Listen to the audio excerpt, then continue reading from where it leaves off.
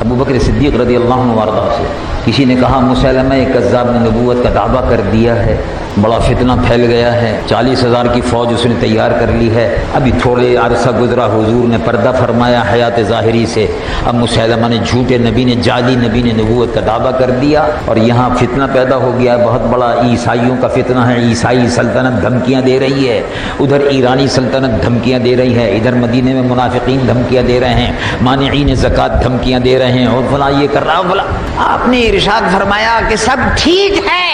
دیکھ لیں گے، لیکن ابو بکر زندہ ہو اور کوئی نبوت کا دعویٰ کر جائے یہ نہیں ہو سکتا، یہ نہیں ہو سکتا۔